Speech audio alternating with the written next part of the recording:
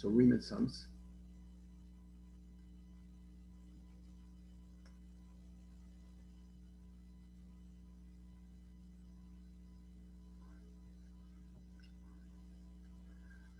Let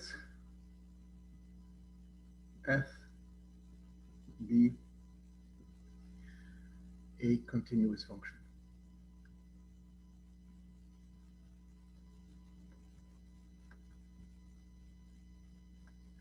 Over interval AB.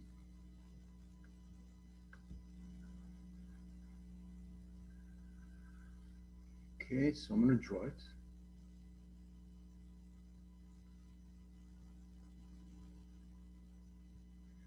I have a certain function like this, function f, and it's continuous over a certain interval A, B.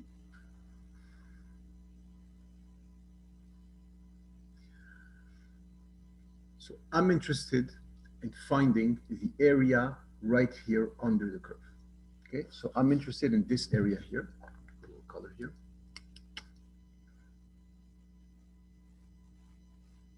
This is my new mission today. That's what I want to find, an expression for this area. Okay, and this area we're going to write it like this. I'm going to use this way of writing. We're going to write an integral from a to b f of x dx. Okay, so this is called the definite integral. We're in the chapter of definite integrals, but for now, this is, look at it as a notation. This represents the area under the graph of f of x between a and b. Okay, that's a number. This gives me a number. It's this area. Okay, so if f was a straight line, was linear, okay, was a straight line, then it would be easy. It would be just finding the area of a trapezoid or a rectangle or a square, or that would be easy. But since it's curvy, we need to find a strategy, okay, to find this area. Following me so far? So to do so, what I'm going to do is I'm going to partition, okay, or cut off the interval AB into little parts, okay? So I'm going to try to find an approximation of this area. Let me redraw it.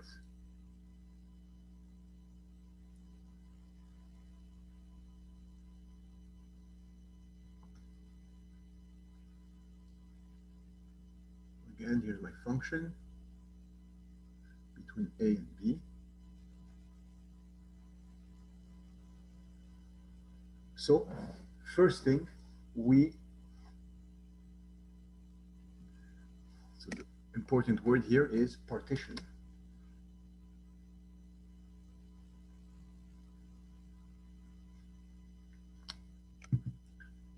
Interval AB into, let's say, n sub-intervals.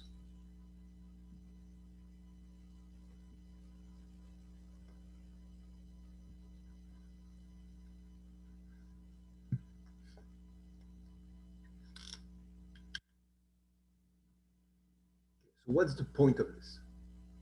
So imagine if I would just cut it in two. Okay, let's start with two. That's the idea. I cut it in two, and then I'm going to draw a line all the way up until the value of the function. And I'm going to create a rectangle here. And I'm going to do the same thing for this here. On the right side, I'm going to go all the way up until the function and create a rectangle here.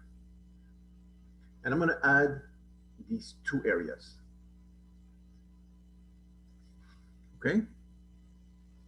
So remember, I'm trying to find the area under the curve. Okay? So my first step is I'm cutting it in, let's say, two for now, and creating two rectangles and adding the areas. So of course, this is not good. Okay? That's not precise because I have all this is extra. Okay, I'm not, I shouldn't count this in my area, it's too much. Okay, I just want what's under the curve. So to get rid of this problem, or at least make it less significant, right? What I'm going to do is I'm going to cut it even more. So I'm going to cut into, instead of partitioning the interval into 2 parts, I'm going to partition it into 4 parts. So like this,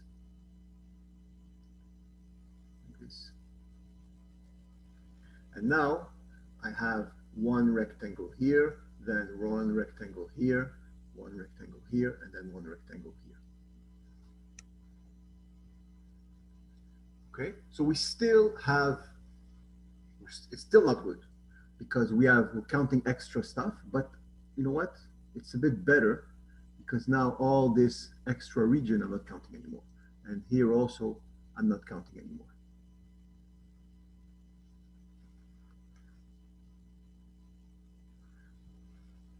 Are you following me? This is a better approximation than the one just before. Okay, so if I cut in 4 and I'm adding the rectangles, I'm much more precise than if I just cut it in 2. And obviously, if I cut it in 8, that's going to be even better.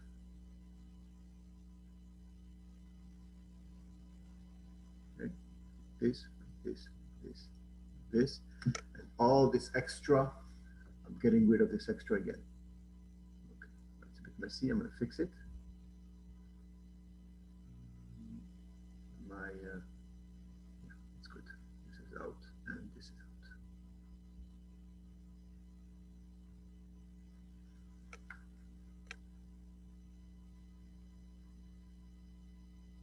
Okay, so that's the idea.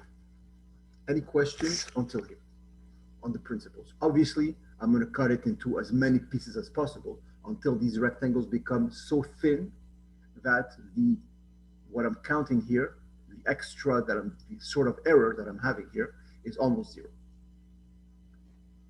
Okay, can we use something other than rectangles? Can I use something other than rectangles? Yes, you can. Like trapezoids? Or like what? For this one, I was thinking we put, at the top right, we would put a triangle to cover that part, because it's kind of sharp enough. We can approximate. At the bottom left, you put a dome, and then you put 2 squares. Oh, a square and a rectangle. I'm sorry, I can't hear you very well. You would put at the top right a triangle for that curve, and then it makes it flat at the bottom. And then on the other side, you would put a quarter of a circle, and that would sort of be good enough. And then you would put a rectangle and another rectangle to fill up the other parts. You mean like put this like a rectangle here and then take the little pieces here?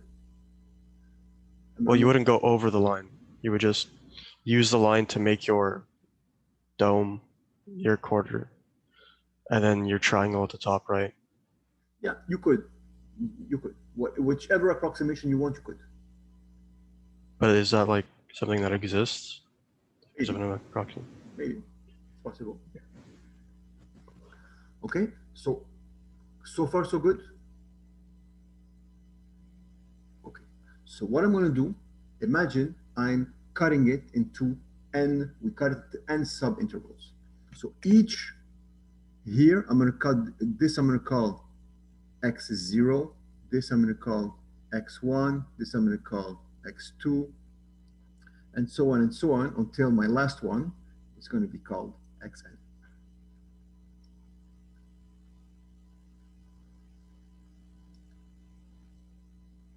Okay, and each area, the area of each rectangle, I'm going to call, I don't know, I'm going to call area 1, so A1, area 2, area 3, all the way until the last one, which is area n. Okay, dot, dot, dot, dot, dot, dot here. Okay, let me write what we have so far. Okay, like what were we up to? So this, remember that this is what I'm looking for, the area from A to B of f of x dx is approximately equal, not exactly, right? Approximately equal to a1 plus a2 plus a3, a1 plus a2 plus a3, and so on until an. Okay, it's an approximation.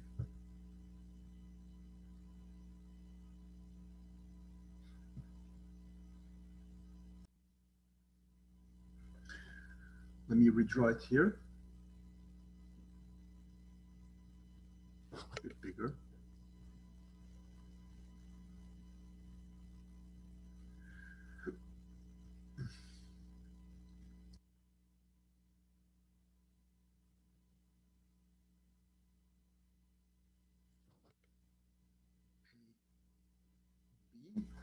My function f, and let's go.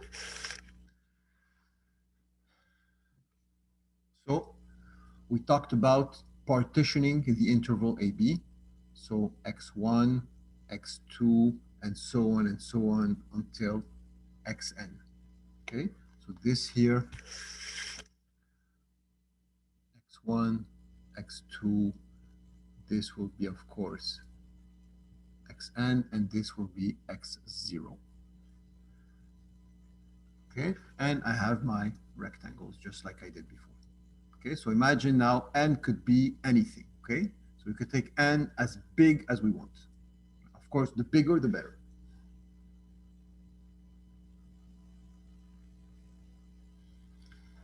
Okay, so this one here, this is x2, x1, xn. Well, this is x and n minus 1, right? The term just before.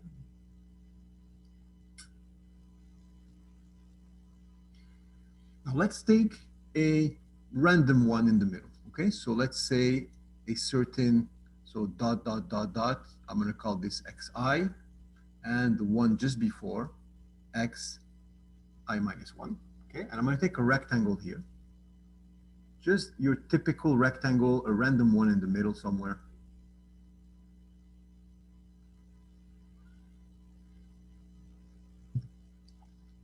And as before, area 1, area 2, dot, dot, dot, dot. This will be area I, dot, dot, dot, and this will be area n.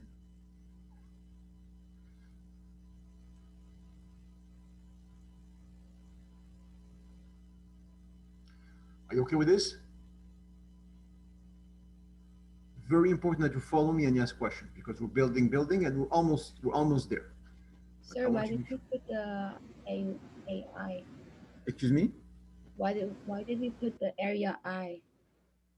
I just took a random one somewhere, just a typical one, to use Okay. it as my generic one, if you want. Okay. Okay. So first thing I'm going to do. Sir, Yes. what is the difference between area I and area N? It's, it's a different area. This is area 1, area 2. What's the difference between area 1 and area 2? They're different areas. Okay, and why do you choose area? And why do you choose the I? I don't know, a random one. Okay. Okay. I is any number between 1 and n. Right? I is anything between 1 and n. So if I is 1, right? If I is 1, then we're talking about rectangle A1, right? 1. If I is 30, then we're talking about the 30th rectangle, basically, that you want. Okay? Just tell me, it's just your sort of generic one. Okay. So first thing, very important, okay, is the dimensions. I'm looking for the areas, okay? So I'm looking for this area here of this rectangle.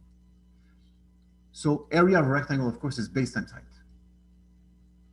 Okay, so the base is right here, and it's really xi minus xi minus 1, or x2 minus x1, or x1 minus x0. It's always the same. This little base is always the same because I cut it into n equal parts. Okay, this little distance here, the base of my rectangles, I'm going to call this delta x.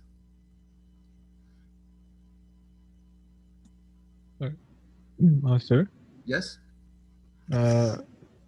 what's to say like the difference has to be 1? Like, why isn't the base like xi minus x minus like 0.5 or something like that? So the base would be smaller. Well, it depends. Your base here depends on what your interval is and by how much did I cut it, right? If this is between 0 and 10, right? If I'm interested in the area of the function between 0 and 10, and I'm cutting it into 10 parts, right? I'm making an approximation. Then each one will be 1. You understand? Yeah, and then let's say the interval was like uh, let's say the interval is 1. The interval is Would 1, the length is 1, yeah, okay? And you cut it into how many parts? into let's say 10 again. 10. Yeah. So each one will be 0.1.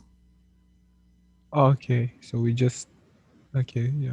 Thank Okay, you. so the delta x depends, okay, on the length of the interval and the number of the size of the partition, if you want, or how many in how many parts did I split it. Makes sense, no? Okay, it's good that you asked this question because it clarifies a lot of things. Okay, anybody want me to repeat this? Yes. Okay, so again, I'm looking for the area of this rectangle, okay, which of course depends on I. It's going to depend on I. Okay, so I want the area of this rectangle. This is what I'm looking for now. Okay, so the area of a rectangle we know is base times height. Okay, so let's talk about the base first. The base is pretty easy because how did I find this length here? Well, I took my interval AB and I split it into n parts. Okay, so it would be what? It would be the length of AB divided by n. That will give me how much this is. Okay, which I'm calling, by the way, I'm calling delta x, a small delta x. Are you with me or no?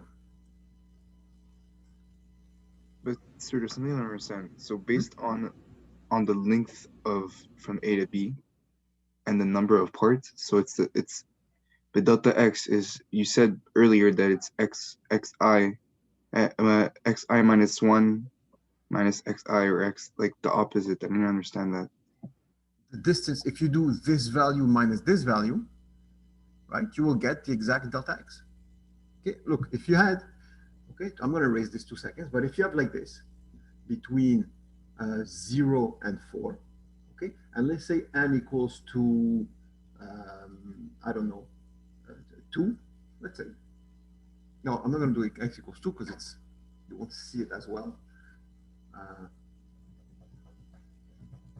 Let's do n equals to 8. Okay, so it means you're cutting this into 8 parts. 1, 2, 3, 4, 5, 6, 7, 8. Okay, so I cut this interval into 8 parts. So that means that, this is 2, this is 1, this is 3. So this will be 0.5. This will be 1.5. This will be 2.5. And this will be 3.5. You good? You understand this? Yeah. Okay, so each delta x is how much? Well, 2.5 minus 2 is 0.5. 1.5 minus 1 is 0.5. 0.5 minus 0 is 0. They're all 0.5. These are all my delta x's.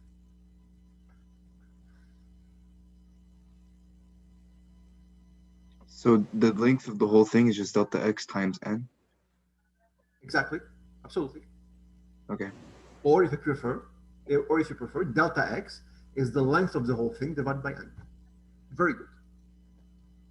All right. That's very right, very correct. Okay, so I'm going to write the formula that you just developed yourself without my help. Okay, so delta x, my first very important one is that I'm going to write it here. Delta x, it will be b minus a over n. Perfect. I found an expression for delta x. Well, he did. I didn't. Any questions on this?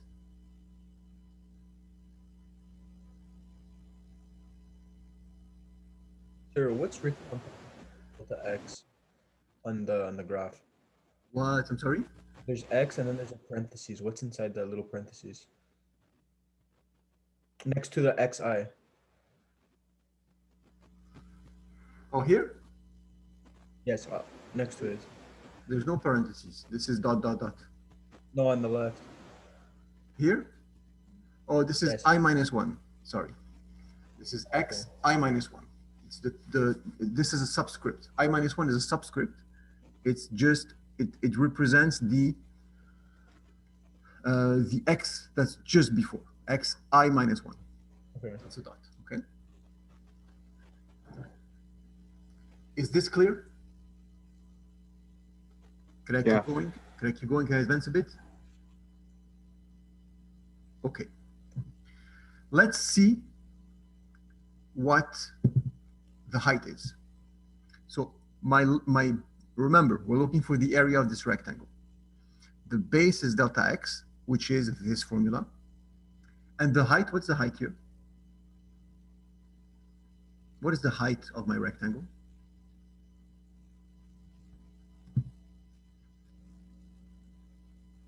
It's the function at Very good. At what? at xi and xi minus 1.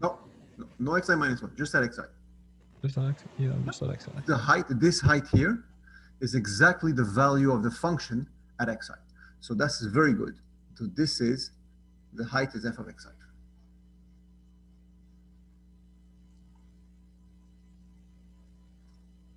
Any questions? How did you determine to work off of that rectangle and not like A1 or A2? I could. You could work on A2. This would be f of x2. Delta Yes. x is always the same. So there's no like, real reason why you chose that one. It's just random. I chose this because I want to keep it variable. I want to say that this works for every I. I'm not going to write this is the area for A1. So I will do delta x times f of x1. Area of A2, delta x, f of x2, right? And so on and so on. I do it in general, it's delta x times f of xi for all i's. Is this good? Yeah, thank you. Perfect. Any questions still here? Almost there. Okay, but it's very important that we built it together. Now let me find an expression now for xi. I want to find an expression for xi.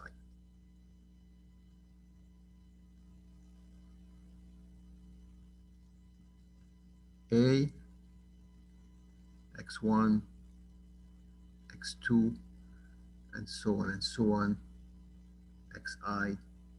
and b. Okay, dot, dot, dot, dot.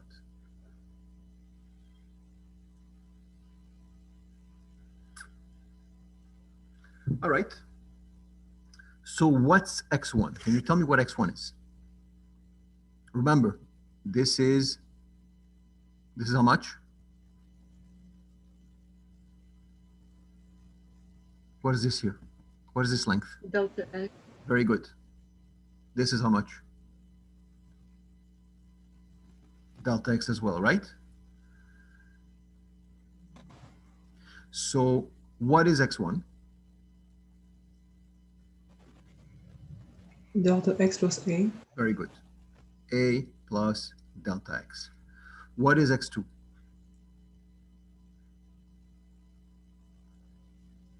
Delta x plus x1. Delta x plus what? x1. Very good. Delta x plus x1, but x1 is a plus delta x. So basically, it's a plus 2 times delta x. Right? To Yeah. a, I'm adding 2 delta x's. So what's xi? Could you generalize this? It will be a plus. I delta x. Very nice. I delta x. Okay. So my second big formula, xi is a plus I delta x. And now we are in business.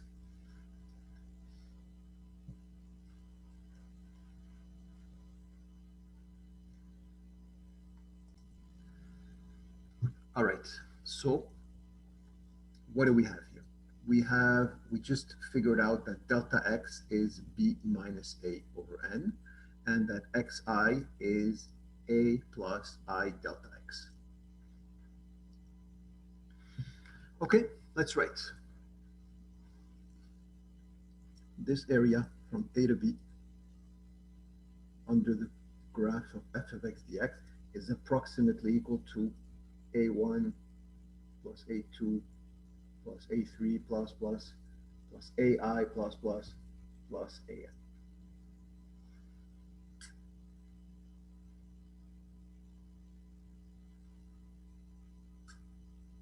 We could write it as, so listen carefully, now that you know sigma notation, we could write the sum I equals 1 until n of ai.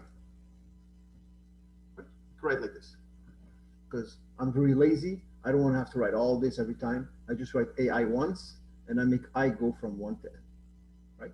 a1 plus a2 plus a3 plus a4 all the way until an. You okay with this notation? Yeah. Okay. But what's ai now? Let me write ai on top here. We spoke about ai. ai is the base times height. So it's f of xi, that's the height, times the base.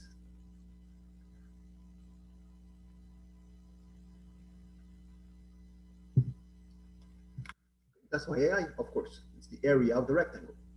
So I'm going to replace ai here by my expression. So it's approximately equal, still approximately equal, 1 to n of ai, which is f of xi times delta x.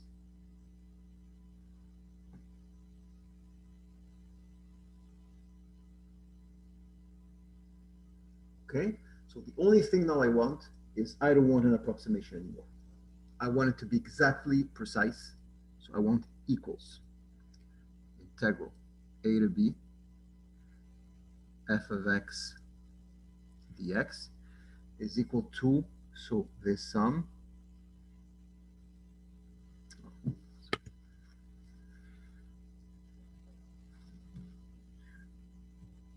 I equals 1 until n f of xi delta x. And what should I do to make it exactly precise?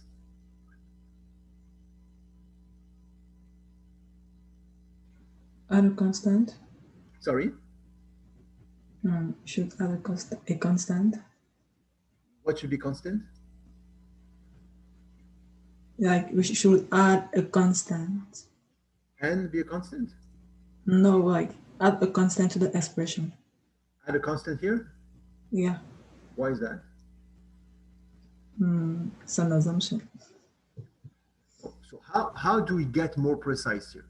How does the area become, the sum of the rectangles become more and more precise? We said if we make much more rectangles, right? The more rectangles, the less the error is, right? Smaller the error. What? Could we subtract the error? Yeah, but I don't know what the error is. You could? Is it as n approaches infinity? Very nice. Okay, so I want n to be very big. The bigger the n, the thinner the rectangle, the smaller the error. Okay, and at the limit, if I take the limit when n approaches infinity, that will be perfect for me. This is what we figured out. Okay, we figured it out together. I'm happy that I didn't just shoot you the formula and we developed it together. Okay, so this is called a right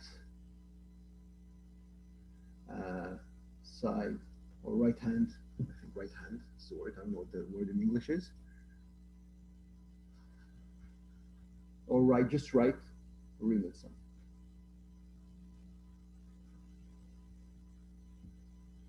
Okay, right because I'm taking the right part of the rectangle as the height. Okay, I could have done the same thing with taking, instead of f of xi, I could have taken f of x I minus 1, and that would give me the rectangle below, right? It'll still work. It would be the left. Okay, we're only going to deal with the right here. Sir, Yeah. could you rewrite the expression in the formula, because I'm not sure whether that's an x or an n beside f of. Oh, it's too, you can read, you mean? Yeah, it's is that delta x here? This is delta x. Okay, yeah. No, it's just no, it wasn't very clear. I'm going to read it for you. Okay, it's the integral from a to b f of x dx equals the limit as n approaches infinity of the sum I equals 1 to n of f of xi delta x. Okay? Okay, I see. Yeah, So thank you. now look at this carefully. Now you understand why to find the area, we're actually using this notation. Okay? So look, this s, this integral sign is a s for sum, and that's a sum. Okay? And the dx is the differential of delta x. dx, delta x, f of xi. Okay? So it's pretty much, this is discrete. We're counting rectangles. This is continuous. At the limit, it becomes all smooth.